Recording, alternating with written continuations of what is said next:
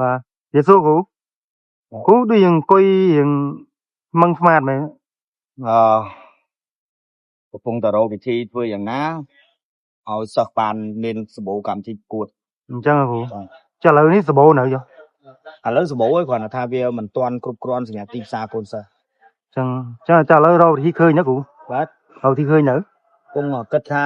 យើងគួរធ្វើយ៉ាងណាសម្រាប់សិស្សដែលគាត់អាចចូលប្រកួតនៅក្នុងកម្មវិធីបានហើយមួយទៀតគាត់បានចូលរួមលេងកម្មវិធីធំៗ អញ្ចឹងហ៎ បាទ ចុះគ្រូមានសំណុំពរអីទៅខាង ខ្ញុំសូមសំណូមពរទៅបងដែលជាអ្នករៀបចំកម្មវិធីបាទសូមជួយក្លឹបខ្លារខិនផងបានប្រកួតទេតែមានកម្មវិធីធំអីជួយដាក់ផងកីឡាករណាដែលមានសមត្ថភាពហើយបើអត់ទាន់មានសមត្ថភាពទេក៏ឲ្យគាត់ប្រកួតដើម្បីបង្កើនសមត្ថភាពរបស់គាត់ទៅតែបើគាត់មានសមត្ថភាពហើយជួយលើកគាត់ផងបាទព្រោះអីតែកាលណានៅដែលអញ្ចឹងគាត់អត់ទៅមុខគាត់អត់ទៅមុខទេបាទ គឺដៃនោះអង្គើនៅទៀតនេះ iPhone 17 17គ្រូណា បាទ អូអញ្ចឹងមិនដៃអង្គើដល់ហើយ តែខ្ញុំប្រើ Samsung ទេ ប្រើ Samsung ទេ បើនេះរបស់គាត់ អូបោះបងកាមេរ៉ាអញ្ចឹង បាទ